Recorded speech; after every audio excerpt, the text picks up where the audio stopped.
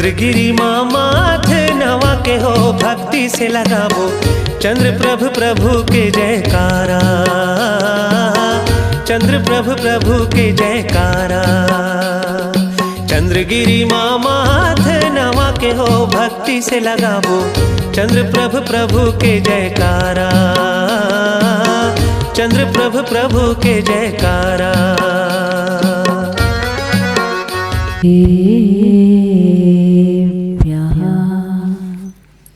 जय श्री ओम नमः सिद्धेभ्यः। जय श्री ओम नमः सिद्धेभ्यः।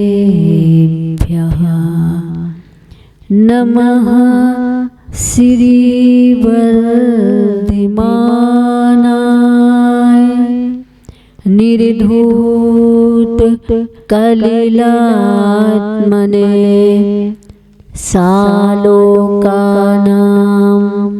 त्रलोकानां यद विद्या दर्पणायते, यद विद्या दर्पणायते, यद विद्या दर्पणायते। अपार गुण के गुरु रहे, अगुरु गंध अनिगार, पार पहुँचने नित्य नमो प्रणाम बारंबार, प्रणाम बारंबार। पंच परमेष्टि भगवंतों की, श्री कुंडलपुर की बड़ी बाबा की, मूलनायक चंद्रगिरी के 1008 चंद्र प्रभु भगवान की, विश्वशंकर चिंतामणि पारसनाथ भगवान की, भगवान महावीर स्वामी की, संत शिरोमणि आचार्य भगवंत गुरुदेव श्री विद्यासागर जी महाराज की, गुरुनाम गुरु श्री ज्ञान सागर जी महाराज की, आचार्य भगवान श्री समय सागर जी महाराज की, 3 काम 9 करोड़ मुनि राजों की। प्यारी प्यारी विद्यात्माओं, प्रणाम। भक्ति निर्झर के गवाक्ष से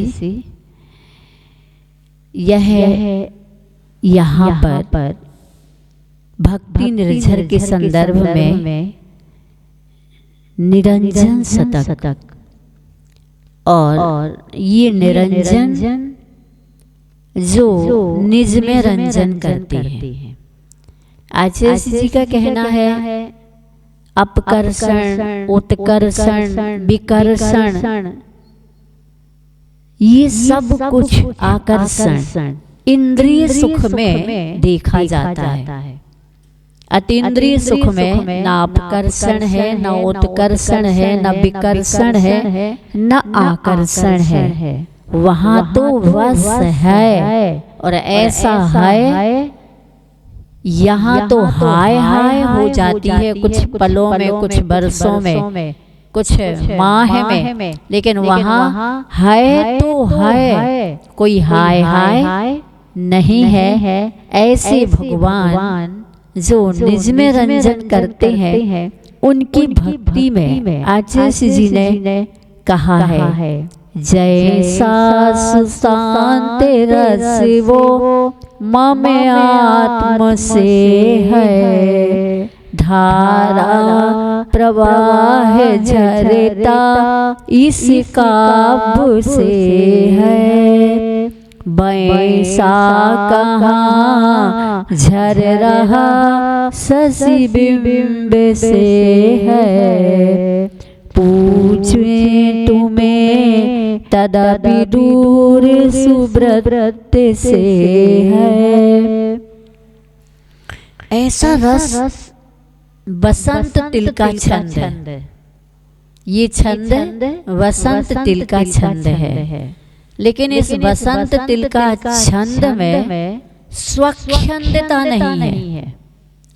स्वयं का एक अपना छंद है, रस है, और इस काव्य में प्रत्येक काव्य से ऐसा निज अनुभव का रस झरता है, वैसा रस चंद्रमा से भी नहीं झरता। क्या चांद से भी वैसा शांत रस नहीं झरता जैसा शांत रस भगवान के दर्शन से, भक्ति से और स्तुति से वसंत तिल का छंद से झरता है। वसंत तिल का छंद में है और उससे झरता है। संसार के विविध वैभव भोग पाने, पूजे तुम्हें बस कुधी जड़ना सयाने।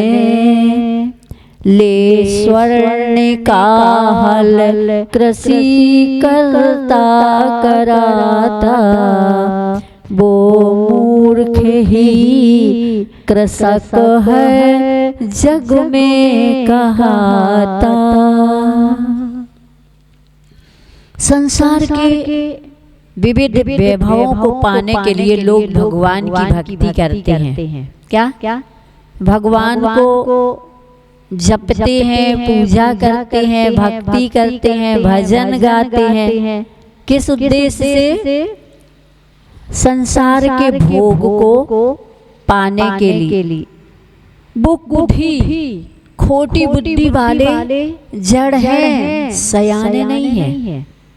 जो सयाने होते हैं वो जड़ का मूर्खता का काम नहीं करते।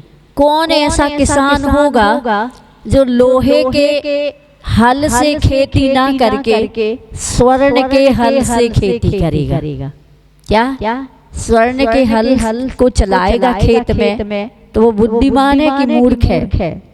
मूर्ख कहलाएगा।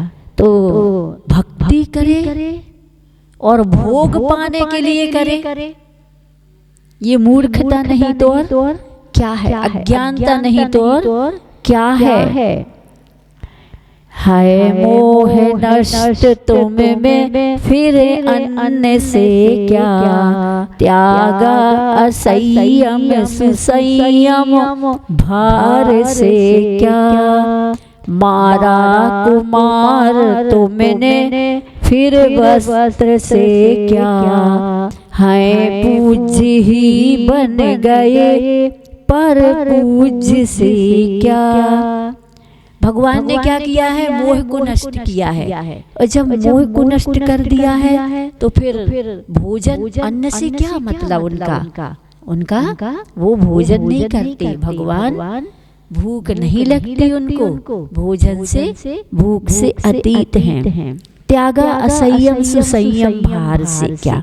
जब असंयम का त्याग कर दिया और सुसंयम धारण कर लिया है तो असंयम का त्याग करने से संयम भार नहीं लगता है।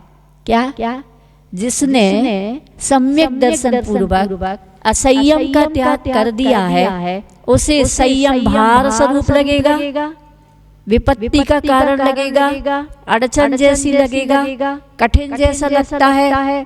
आचार्य कहते हैं कि सम्यक दर्शन रहित अगर किसी को हठात रात्रि भोजन त्याग करा दिया और वह ग्राहक दुकान चला रहा है, समय पर उसको भोजन नहीं पहुंचा, आज उसका रात्रि भोजन त्याग करा दिया है तो भोजन नहीं हुआ है शाम का, तो घर आकर के क्या करेगा?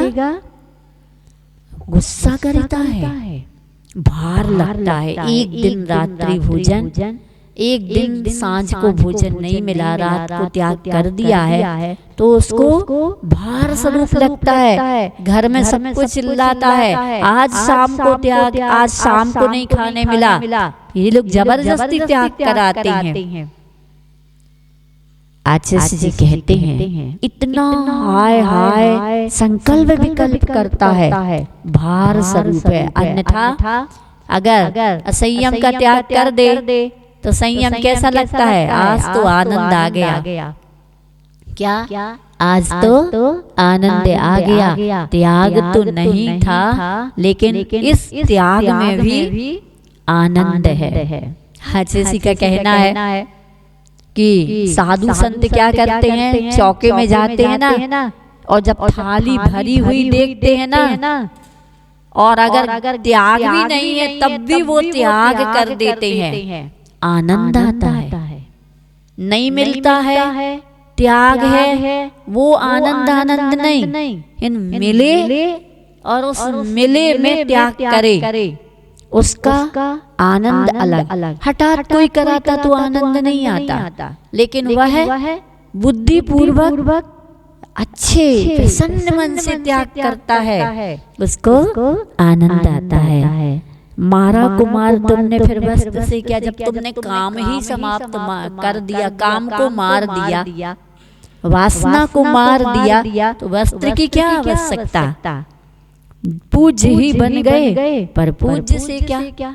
अब जब तुम सबके पूज्य बन गए तो अब तुम्हें और किसी पूज्य की आराधना करने की क्या आवश्यकता है? इस प्रकार से यह निरंजन शतक में भगवान की स्तुति करते समय आचार्य जी ने कहा है वही बात कि अगर तुमने प्रोषदोपवास कर लिया, ने उपवास कर लिया है, तो फिर क्या बन रहा है घर में, और कल क्या बनाना है, आज से क्यों फिक्र? अरे उपवास का आनंद लो ना। आज रोज खाते हो, एक दिन नहीं खाने का भी तो आनंद लो, उसका अलग ही आनंद आता है। और जिसने सम्यक दर्शन पूर्वक प्रोषदोपवास किया है, उसकी सोच में, उसके बोल में, उसकी क्रियाओं में अलग ही क्या रहता है? आनंद रहता है, संतुष्ट होता है, संतोष का जीवन जीता। आज तो कुछ भी हो, 9 कोटि पूर्वक सब प्रकार के भोजन का त्याग है। 9 कोटि क्या कहलाती? मन वचन काय कृत कारित अनुमोदना।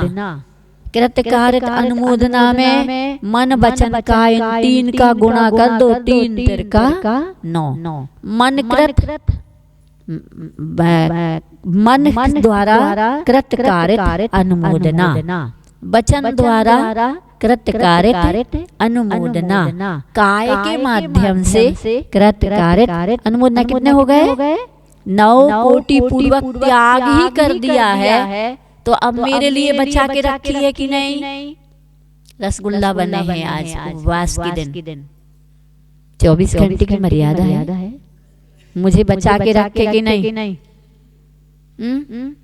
कल और बनाओगे क्या? अरे अब त्याग कर दिया, कल किसने देखा? अब माता जी हम लोग तो गृहस्थ हैं, गृहस्थ हो चाहे साधु हो, ऐसा करने को कहा ही नहीं है। तो क्या करने को कहा है? तो यहाँ पर स्वामी समंतभद्र जी 68 पृष्ठ पर 108 श्लोक पर कहते हैं, धर्मामृतम सतृष्णः, धर्मामृतम सतृष्णः, श्रवणाभ्याम पिबतु पायेद्वान्यान्, श्रवणाभ्याम पिबतु पायेद्वान्यान्,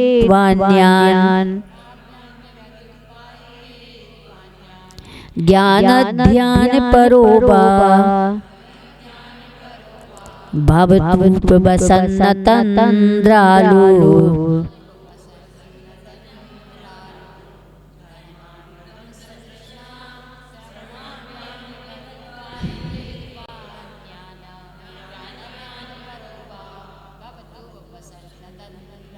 हाँ, धर्मामृतम सतृषिणः श्रवणाभ्याम पिबतु पायेत वा अन्यान ज्ञान ध्यान परो वा भवतु उपवसन अतंद्रालु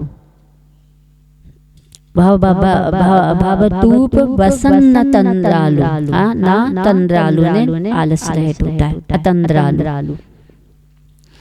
धर्मामृतम क्या करेगा उपवास के दिन? भोजन तो 4 प्रकार के भोजन का त्याग कर दिया है, 9 कोटि पूर्वक त्याग कर दिया है। तो क्या करेगा? धर्मामृतम धर्म रूपी अमृत को, ऐसे नहीं अब क्या करें, खाने तो है ही नहीं कछु भी, तो बोलते ही नहीं बन रहा, उठते ही नहीं बन रहा, बैठते ही नहीं बन रहा, अब शास्त्र भी पढ़ते ही नहीं बन रहा, सुनने में भी कठिनाई जा रही। नहीं, धर्मामृतम सतृषिणः अने उत्कंठित होकर वह धर्म रूपी अमृत को श्रवणाभ्याम अपने कानों से पिबतु, पीवे, मुख से नहीं, मुख से पीने का तो त्याग है, खाने पीने का त्याग है, कान से तो नहीं है ना, तो कान से क्या रस डाल सकत है? क्यों? कान से रस पानी कछु डाल दो, नहीं। धर्मामृतम श्रवणाभ्याम पिबतु, धर्म रूपी अमृत को उत्कंठित होता हुआ श्रवणाभ्याम अपने कानों से पिबतु, पीवे। हाँ, वा पायेत अन्यान, हाँ, पिलावे किसको? तथा वा तथा अन्यान, अन्य को, दूसरों को। ऐसा नहीं अब बोलते नहीं बन रहा तो यहाँ स्वयं ही मौन से पढ़ ले रहे, नहीं। ऐसी प्रसन्नता दिखना चाहिए रोज की अपेक्षा, जैसे आज आपने बड़ा मन का भोजन किया हो, चॉइस का खाया हो, अच्छा बढ़िया खाया हो, इतनी प्रसन्नता धर्म रूपी अमृत को स्वयं पीवे और दूसरों को भी पिलावे। और क्या करे? ज्ञान ध्यान परो वा, ज्ञान और ध्यान में परो अर्थात लवलीन होना। क्या? ज्ञान में और ध्यान में, दोनों ही में लवलीन रहे। मात्र शास्त्र ही पढ़ने का नाम ज्ञान नहीं है, और ऐसे ही बैठ जाने का नाम भी ध्यान नहीं है। और ज्ञान का मतलब समझदारी। क्या?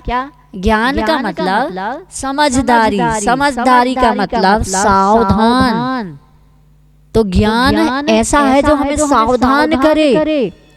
उपवास के दिन खाना पीना तो नहीं हुआ, पित्त प्रकृति से पित्त उखड़ता है, तो बैठने के लिए आसन है, या आप लोग जो भी उठाते बिठाते हो, बैठते हो तो देख के उठो, देख के बैठो। ये ज्ञान और ध्यान दोनों है। ध्यान का मतलब हाथ पर हाथ रख करके नहीं बैठना, ध्यान का मतलब होता है ध्यान से उठना, बैठना, पढ़ना, चलना, बोलना, सो जाना जब कभी नहीं। अतंद्रालु क्या?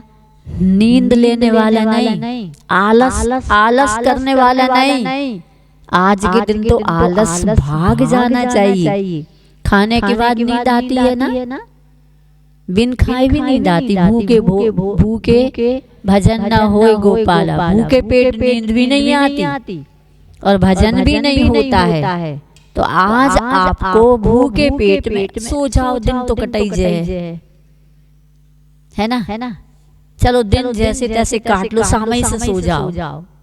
नहीं, उपवास उप समीप में वास करना। किसके समीप में? भोजन के पास नहीं। अब सूंघ तो लें दो, आज खाने तो है ही नहीं। अच्छी बढ़िया खुशबू आ रही है, चाट की, मसाले की, है ना, मिठाई की, घी की, सूंघ तो लें दो। नहीं, हम बैठे बैठे कछु नहीं, हम देख ले रहे। नहीं, देखो भी मत, क्योंकि देखोगे तो वो दीर्घा होती है।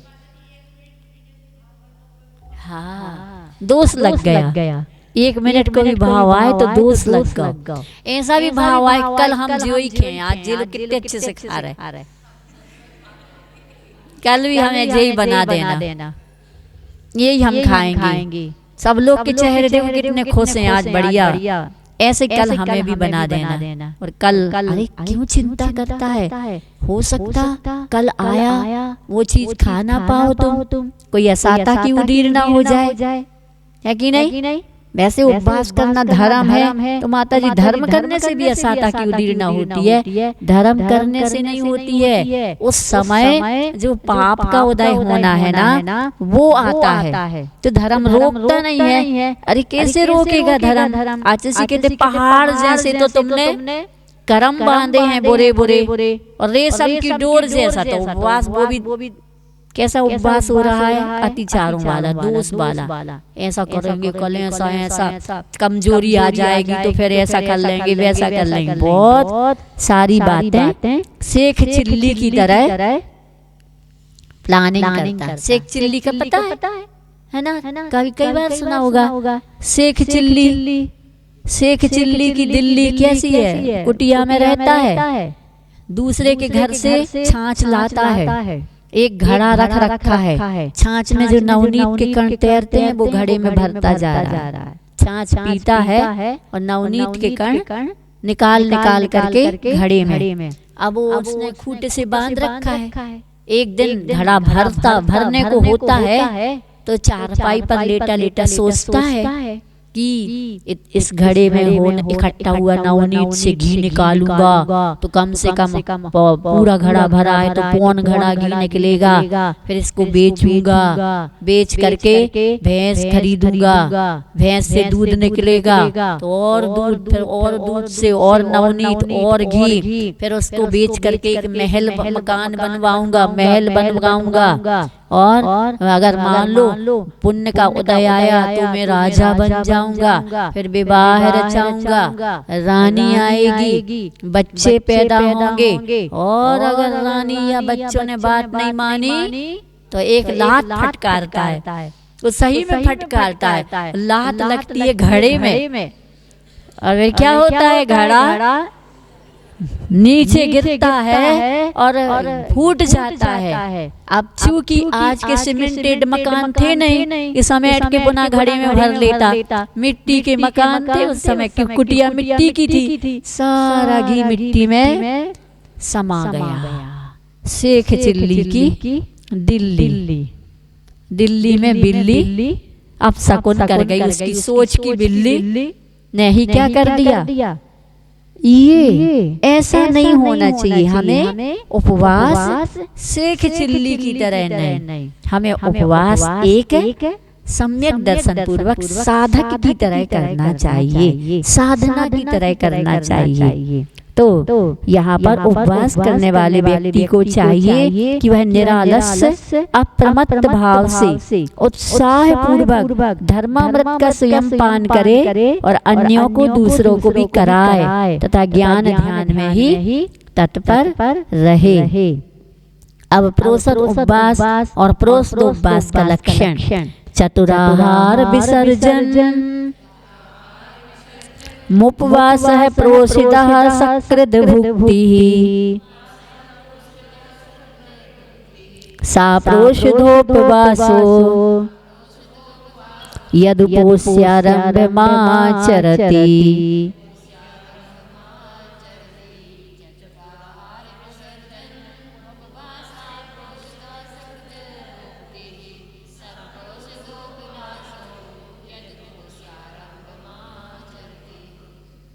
हाँ, चतुराहार विसर्जनम उपवासः प्रोषितः सकृद भुक्ति, सा प्रोषितोपवासो यद उपास्यारम्भमाचरति।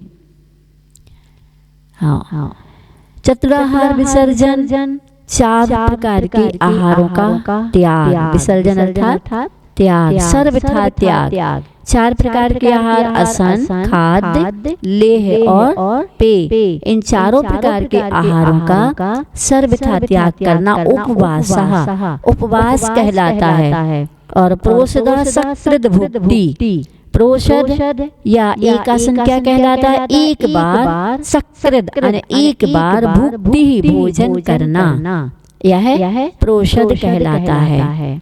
सा वह है प्रोषदोपवासो, ये दोनों प्रोषद या एकाशन जो उपोष यद उपास्यारंभम आचरति, उपवास करने के बाद आरंभम एकाशन को आचरति करता है, उसका वह सा प्रोषदोपवास कहलाता है। क्या?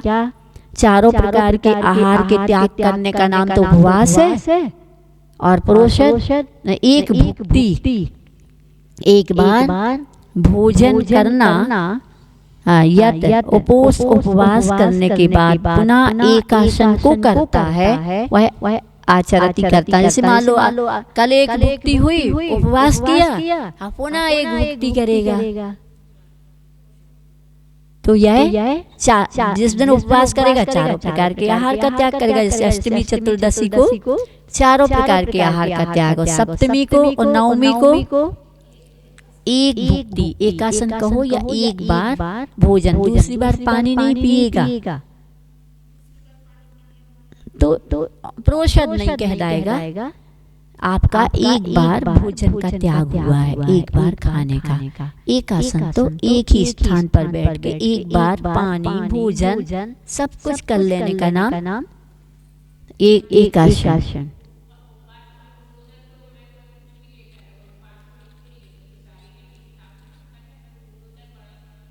तप अपने आप में सभी तप बड़े हैं, शक्ति और सामर्थ्य के अनुरूप। ऊनोदर किसी को उपवास करना तो इष्ट है, लेकिन ऊनोदर करना उनको कठिन होता है। एकासन करना कठिन होता है। किसी को है ना रस परित्याग में नीरस रस परित्याग भी कठिन होता है, नीरस करना कठिन होता है। इस प्रकार से अनेक तो गुरु के मुख से, जैसे एक बार संस्मरण के तौर पर आता है कि जब आचार्य जी के संग में नियम सागर जी भी महाराज थे, मुनि महाराज आचार्य नियम मुनि महाराज समय सागर जी, योग सागर जी और नियम सागर जी थे। तो अष्टमी चतुर्दशी आई तो उन्होंने नियम सागर जी ने ना योग सागर जी ने आचार्य से कहा कल का उपवास। तो नियम सागर जी ने सोचा कि हमें भी नहीं देंगे उपवास।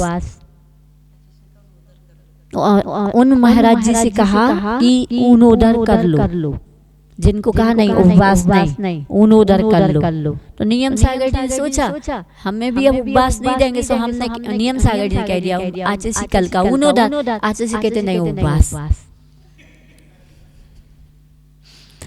मतलब आचार्य जी भावों को पढ़ते। सामने वाले को उन्हें उपवास मांगा तो उनको कहा ऊनोदर, और इन्होंने सोचा कि हमें भी शायद आचार्य से नहीं देंगे, तो कह दिया ऊनोदर, तो कहते उपवास। मतलब आपकी इच्छा के बिना भी आप उस तप में आनंद या अनुभूति करते हो कि नहीं उस तप का। तो आचार्य से ऐसी भी परीक्षा लेते थे। इसी प्रकार यह उपवास क्या है, तो खाद्य असन ले और पेय रूप चारों प्रकार के आहारों का त्याग।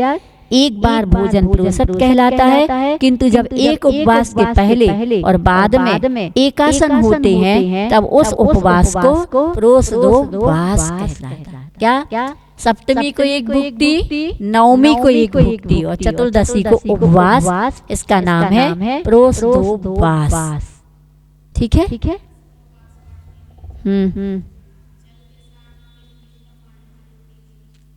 तो वो देखो ये आपने इस उपवास के साथ क्या छूट रखी है।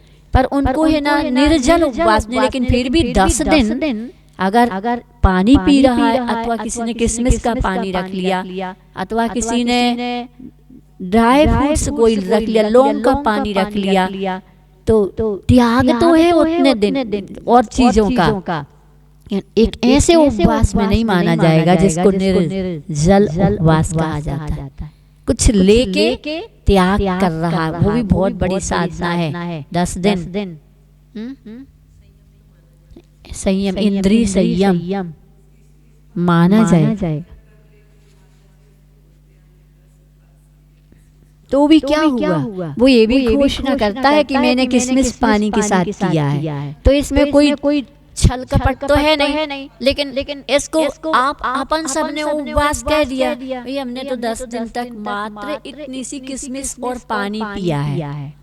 हाँ, ऐसा कहलाता है जैसे मान लो कोई उत्कृष्ट ऊनोदर करता है। उत्कृष्ट ऊनोदर में क्या करके आता है, सिर्फ चावल का एक दाना, चावल खाने गया है एक दाना, इन पानी की कोई सीमा नहीं है, लेकिन फिर भी नियम ले एक ही घूंट पानी पी है, कितना उत्कृष्ट तप कहलाया।